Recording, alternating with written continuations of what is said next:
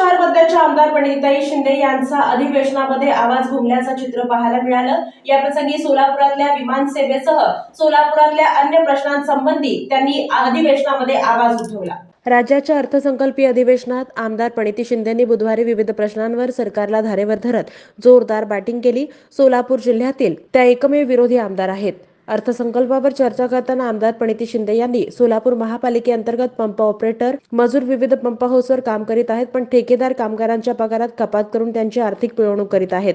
या कर्मचाऱ्यांना महापालिकेकडून पगार मिळावा, ठेकेदारांचा मक्ता रद्द करावा आणि मंगळवेढा तालुक्यातील दक्षिण भागातील 35 गावांच्या पाण्याचा प्रश्न सुटलेला नाही।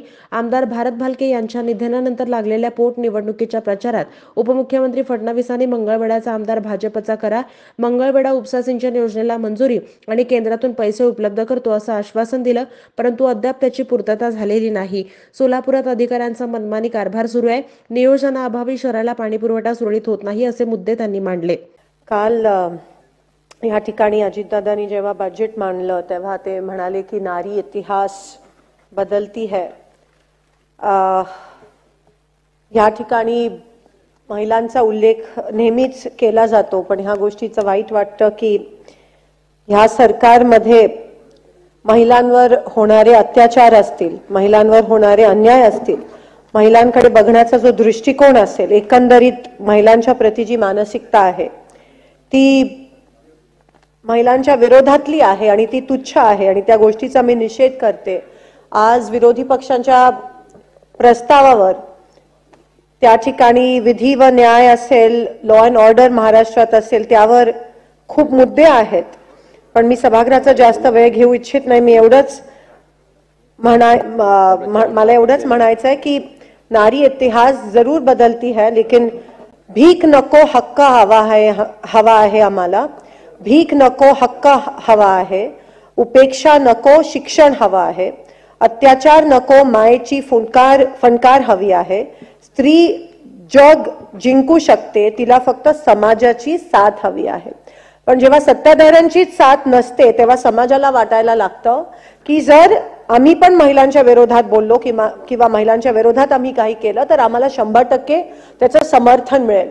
त्याच पद्धतीत ज्या पद्धतीत विरोधकांचे आमदार असतील, सत्ताधारी पक्षातले जे आमदार असतील किंवा त्यांचे वेगवेगळे पदाधिकारी असतील, ज्या पद्धतीत ते दिवसा ढवळे लोकांचे खून करतायत, दिवसा ढवळे गन्स बंदुकी घेऊन खिशात बंदुकी घेऊन फिरतायत आणि फायर करतायत आणि त्यांना कोणाची भीतीच नाहीये, कारण का कुठेतरी हे सत्ताधारी लोक ह्या अशा प्रवृत्तीचं समर्थन करताना आपल्याला दिसत आहेत आणि त्या गोष्टीचा मला या ठिकाणी ठामपणे निषेध करायचे। कारण का जेव्हा आपल्याला वाटतं की आपल्यावर कोणाचा तरी हात आहे आणि आपल्या विरोधात काही कारवाई होणार नाहीये, तेव्हा असं महाराष्ट्रात कधीच झालं नव्हतं। आपल्या पुरोगामी महाराष्ट्रात असं कधीच झालं नव्हतं की दिवसा ढवळ्या लोक बंदुकी घेऊन फिरतायत आणि फायर करतायत। हे असं कधीच झालं नव्हतं। आपला महाराष्ट्र पुरोगामी साधू संतांचा महाराष्ट्र आहे आणि आज ह्या महाराष्ट्रात जे काही होताना दिसतंय त्याचं एक वाईट वाटतं आणि ही शोकांतिका आहे। महिलांचा विषय जर आपण घ्यायला गेलो तर आत्ताच अनेक दिवसापासून अंगणवाडी सेविकांचा मोर्चा त्या ठिकाणी आझाद मैदान असेल, जिल्ह्यात अंगणवाडी सेविकांचा मोर्चा चालू आहे। भाकरी चटणीचं आंदोलन सुरू आहे। ह्या अंगणवाडी सेविका असतील, मदतनीस असतील, ह्या आपल्या महाराष्ट्राचा कणा आहेत। ह्यांच्याकडून इलेक्शनच्या वेळेस कोरोनाच्या काळात आम्हाप कामं करून घेतो, त्याचं त्यांना काही पगार मिळत नाही आणि आता साधं मानधन पण वाढवायला ही लोक तयार नाही आहेत। जेव्हा गरज असते तेव्हा या अंगणवाडी सेविकांना राबवणारं हे सरकार आहे आणि उपासमारीची वेळ आली आहे त्यांच्यावर। साधं त्यांना फक्त 500 रुपये 1000 रुपये मानधन वाढीचा जो प्रस्ताव आहे तो पण ह्या सरकार मंजूर करत नाहीये। ही या ठिकाणी शोकांतिका आहे। आज ह्या अंगणवाडी सेविका ह्या माता भगिनींची अवस्था एवढी वाईट आहे आणि त्यांचा उपयोग परवा काहीतरी नवीनच आरक्षणाचा सर्वे निघाला, तो नेमका कसला सर्वे होतो, प्रत्येकाच्या घरी जबरदस्ती करून हा सर्वे घेतला, तो कसला होता, त्यासाठी पण महानगरपालिका, जिल्हा परिषद, अंगणवाडी सेविकांचा वापर केला गेला। म्हणजे हे सरकारी कर्मचारी आहेत, हे गव्हर्नमेंट सर्व्हिस मध्ये आहेत आणि त्यांच्याकडून तुम्ही अशी कामं, नेमकं काय षडयंत्र आहे आणि काय कट कारस्थान ह्या सरकारचं चाललंय ह्यावर देखील प्रश्न निर्माण होतो. दुसरा प्रश्न महिलांच्या निगडीत असणारा संजय गांधी निराधार योजना. संजय गांधी निराधार योजनेमध्ये काल दादानी इथे घोषणा दिली की 1,500 आता वाढवलेत. हे मागच्या वर्षीचं हे कॉपी पेस्ट बजेट होतं. 1,500 वाढ जी केली, 500 रुपये वाढ ही काही वर्षापूर्वी केली आहे. पण ग्रास रूट ग्राउंड लेवलला अस्तित्व असं आहे की वस्तुस्थिती अशी आहे की ते 500 रुपये पण त्यांना मिळत नाहीयेत. 1,500 म्हणजे 1000 आणि 500 त्यांना फक्त 500 रुपये मिळत आहेत. कारण का एजंट म्हणतायत की आम्हाला तुम्ही वरचे 500 द्या, मग आम्ही तुम्हाला 500. मग हे उरलेले 1000 रुपये नेमके जात आहेत कुठे? संजय गांधी निराधार ही काँग्रेस सरकारची आयकॉनिक स्कीम, हिस्टॉरिक स्कीम होती, ज्याच्यामुळे आपल्या परित्यक्त्या महिलांना आज काही नाही तर मला नाही वाटत मोदी सरकारकडून फारसं त्यांना काही मिळत. एक उज्ज्वला योजना होती, ती पण फ्रंट डोअरनी होती, मागच्या दरवाजाने उज्ज्वला योजना मिळाली तर तुमचं दारिद्र्य रेषाचं कार्ड कट करत होते. त्याच्यात पण तुम्ही जर करप्शन करत असाल, त्याच्यात पण जर तुम्ही भ्रष्टाचार करत असाल तर तुम्हाला आज लोकांच्या समोर जाण्याचा अधिकार आहे का? संजय गांधी निराधार महिलांचे जर तुम्ही पैसे असे कट करत असाल आणि त्याच्यावर काय 21,000चा उत्पन्न दाखला. आम्ही वारंवार इथे मागणी करतो की 21,000ची जी अट आहे ती 50 करा, 51 करा. आज 21,000ची उत्पन्न दाखला मिळतच नाहीये कोणाला तलाठ्यांकडून, कारण का तेवढं उत्पन्न राहिलंच नाहीये. आणि मुद्दामून कट कारस्थान की 21,000चा उत्पन्न दाखला द्यायचा नाही आणि म्हणून त्या महिलांना संजय गांधी निराधार योजना लागू करून द्यायची नाही. म्हणून जे लाभार्थी आहेत संजय गांधी निराधारचे ते हळूहळू कमी होत चाललेत. कुठेतरी ही स्कीम, ही योजना जी आहे ही बंद करण्याचं देखील षडयंत्र हे सरकार करत आहे, हा माझा आरोप आहे. मानधन वाढवलं ताई, तुम्हाला पण माहिती मिळत नाही, तुम्ही बसून बोलताय ते नंतर उत्तर देईन. असंघटित कामगार कल्याण मंडळाची काल घोषणा केली. असंघटित कामगार मंत्री महोदय, एवढे असंघटित कामगार आहेत, त्याच्यात बीडी कामगार आहेत, बांधकाम कामगार आहेत, यंत्रमाग कामगार घेतले. प्रत्येक कामगाराच्या गरजा ह्या वेगळ्या असतात. तुम्ही डायरेक्ट इलेक्शन आहे म्हणून इलेक्शन स्टॉप म्हणून डायरेक्ट असंघटित कामगार कल्याण मंडळ, पण त्याच्या काय आहेत, त्याचे लाभ काय आहेत, त्याचे पॉइंट्स काय आहेत, त्याच्या माध्यमातून काय बेनिफिट्स, काहीच उल्लेख नाही. फक्त इलेक्शन स्टॉप म्हणून असंघटित कल्याणकारी मंडळ. आता बीडी कामगारांच्या ज्या मागण्या आहेत त्या यंत्रमाग कामगारांपेक्षा वेगळ्या असतात. ज्या घरेलू कामगारांच्या मागण्या आहेत त्या इतर माथाडी कामगारांपेक्षा वेगळ्या असतात, पण त्याच्याबद्दल काहीच उल्लेख नाही. मंत्री महोदय, इथे काल साडी द्यायची घोषणा, तिथे महिलांचे पोट भरत नाहीये, महिलांना निराधार पेन्शन मिळत नाही आणि तुम्ही साडी देता. जसं मला असं वाटतं धर्मासोबत कर्म करणं पण तेवढंच महत्वाचं असतं, पण कर्म करताना हे कोणी या ठिकाणी दिसत नाहीये. त्याच्यावर साधं साडीवर काय पोट या ठिकाणी भरलं जात नाही. अध्यक्ष महोदय, जे आपल्या कुस्तीपट्टू, महिला कुस्तीपट्टू आहेत त्यांच्यावर जो अन्याय आणि अत्याचार झाला आणि तरी त्या भाजप खासदाराचा स्वागत करण्यात येतो, ह्यावरून कळतं की सत्ताधाऱ्यांची मानसिकता ही महिलांना किती तुच्छ समजणारी त्यांची ही मानसिकता आहे. अध्यक्ष महोदय, महागाई वाढते. मला जाहिरात कुठेतरी टीव्हीवर दिसली की माँ ख्याल रखती है, माँ बच्चे का ख्याल रखती है, माँ बेटे को खाना देती है, लेकिन माँ का ख्याल कौन रखता है? आणि त्याच्या पुढे मला ते रेकॉर्डवर आणायचं नाही, कारण का जो खुद की माँ का ख्याल नहीं रख सकते वो हमारी माओ का क्या ख्याल रखेंगे. मला ह्या ठिकाणी हे बोलायचं आहे. जिस माँ की आप बात कर रहे हैं, पण महागाई जेव्हा सिलेंडरचे तुम्ही एवढे पैसे वाढवता, महागाई वाढते, 300 रुपयाचं सिलेंडर आज 1200 रुपयावर आहे, मग तेव्हा नाही का ह्या माची आठवण येत? जेव्हा रेशन दुकानामध्ये मालच नसतो, दसरा दिवाळीला आमचं सरकार साखर द्यायचं, त्या राशन दुकानामध्ये मालच नाहीये, मग तिथे नाही का माला चटके बसत? शेतकरी मरताय, तिथे नाही का या धरती माला त्या ठिकाणी चटके बसत? तर किस माँ का ख्याल रख रहे हो आप? हा प्रश्न मला त्यांना विचारायचा आहे. अध्यक्ष महोदय, आपल्या महात्मा फुले योजना आणि पंतप्रधान आरोग्य योजना काहीतरी एकत्र केली आता आपल्या महाराष्ट्रामध्ये, आणि त्या माध्यमातून एवढं मोठं स्कॅम आहे की एका हॉस्पिटलला जर महात्मा फुले योजनेमध्ये एम्पॅनल व्हायचं असेल तर त्यांच्याकडून मोठ्या प्रमाणात पैसे घेतले जातात.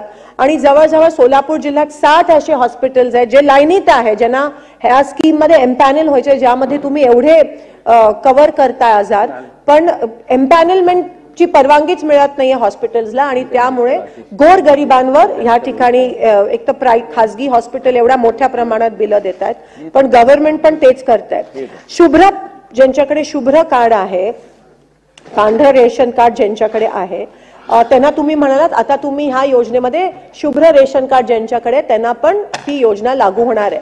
पण जेव्हा ऑनलाईन ते भरायला जातात तेव्हा पांढरं रेशन कार्ड ती ऑनलाईन साईट ऍक्सेप्ट करत नाहीत.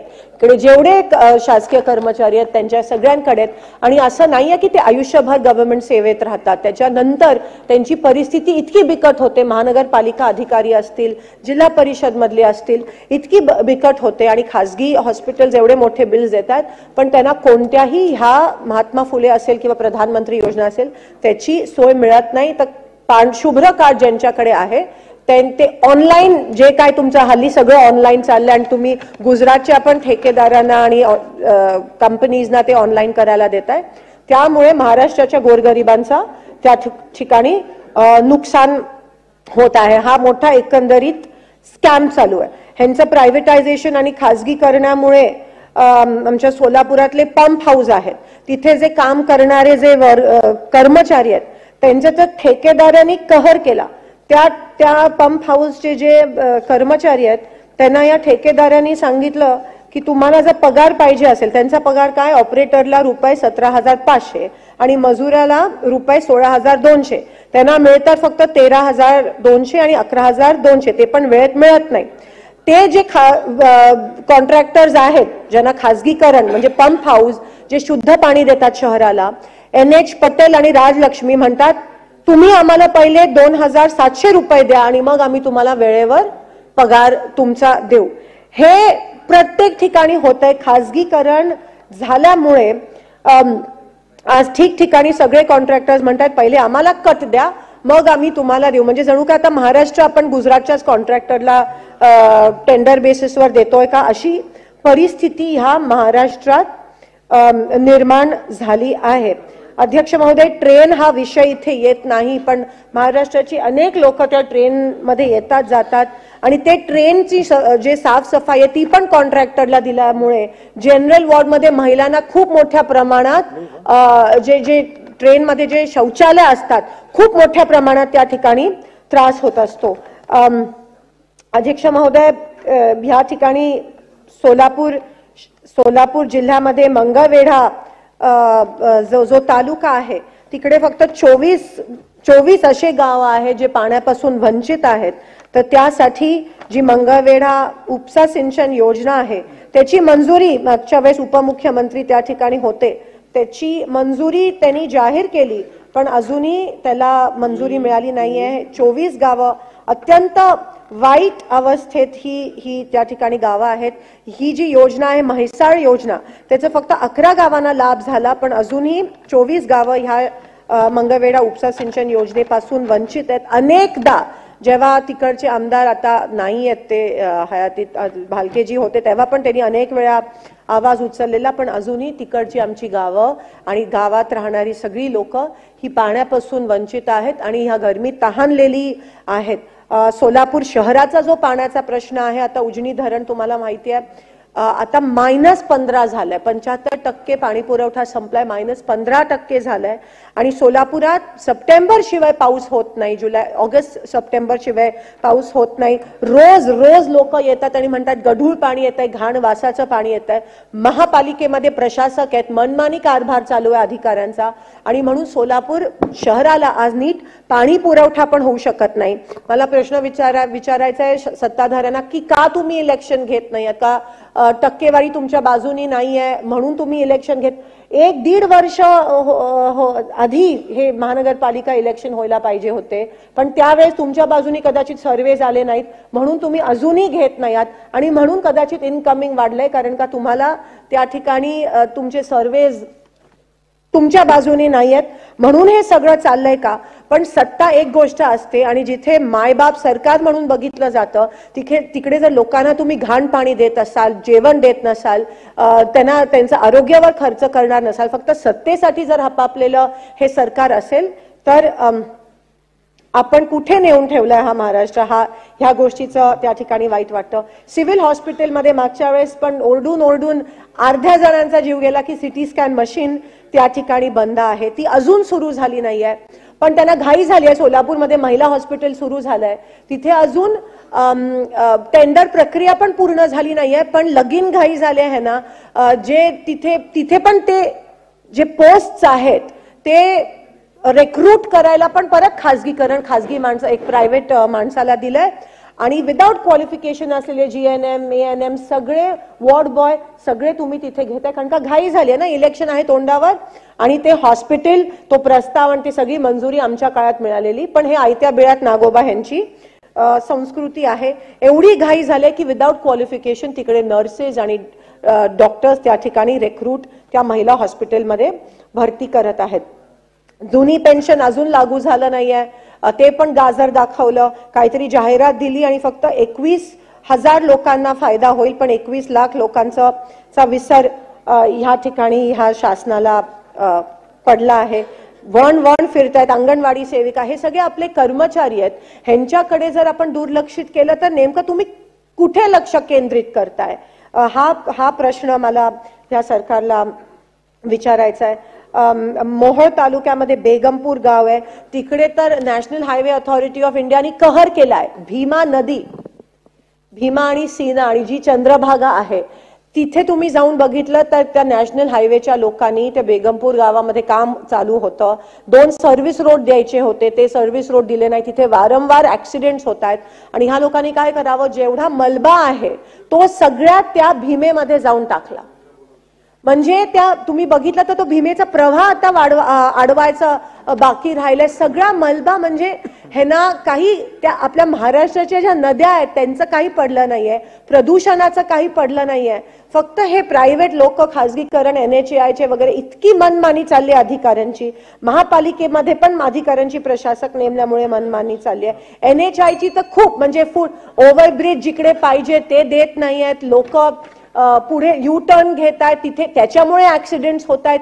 इतकी विचित्र. आणि मीटिंग लावायला त्यांना सांगितलं तर ते मीटिंग पण साधे लावत नाहीयेत, एवढी त्या ठिकाणी. आणि जर भीमेच्या पोटात तुम्ही एवढं टाकत असाल मलबा आणि त्याचा प्रवाहच बंद होत असेल आणि तिला जर एवढं दूषित तुम्ही करत असाल, जी आपल्या महाराष्ट्राला पाणी देणारी ती भीमा आहे, तर मग प्रश्न निर्माण होतात की नेमकं तुमचं काय चाललंय.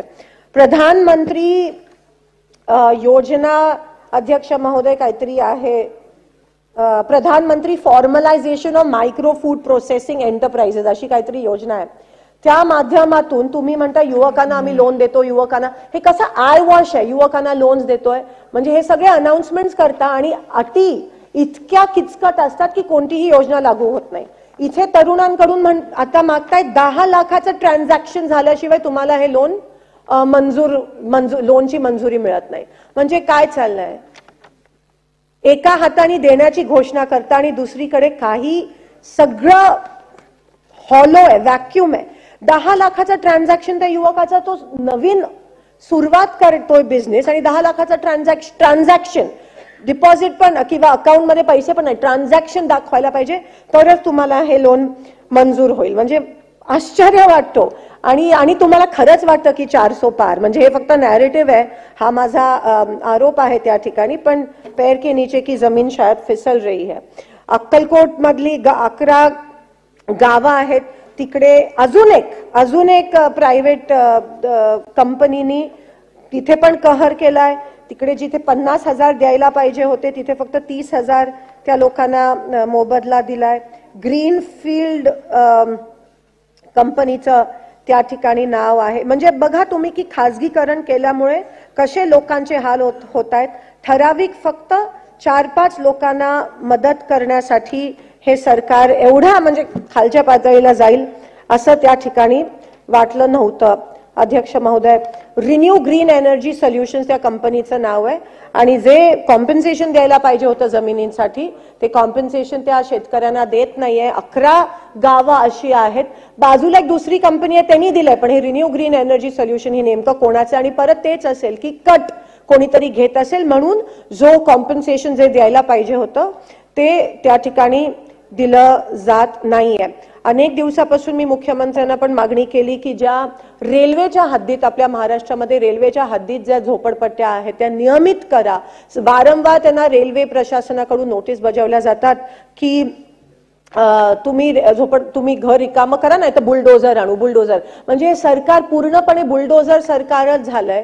आणि ह्या पद्धतीत कोणतीही कधी कधी वाटतं अधिवेशनात इथे येऊन म्हणजे ऐकायला तर कोण नसतं आणि जे आपण बोलतो त्याबद्दल गांभीर्यच नाहीये.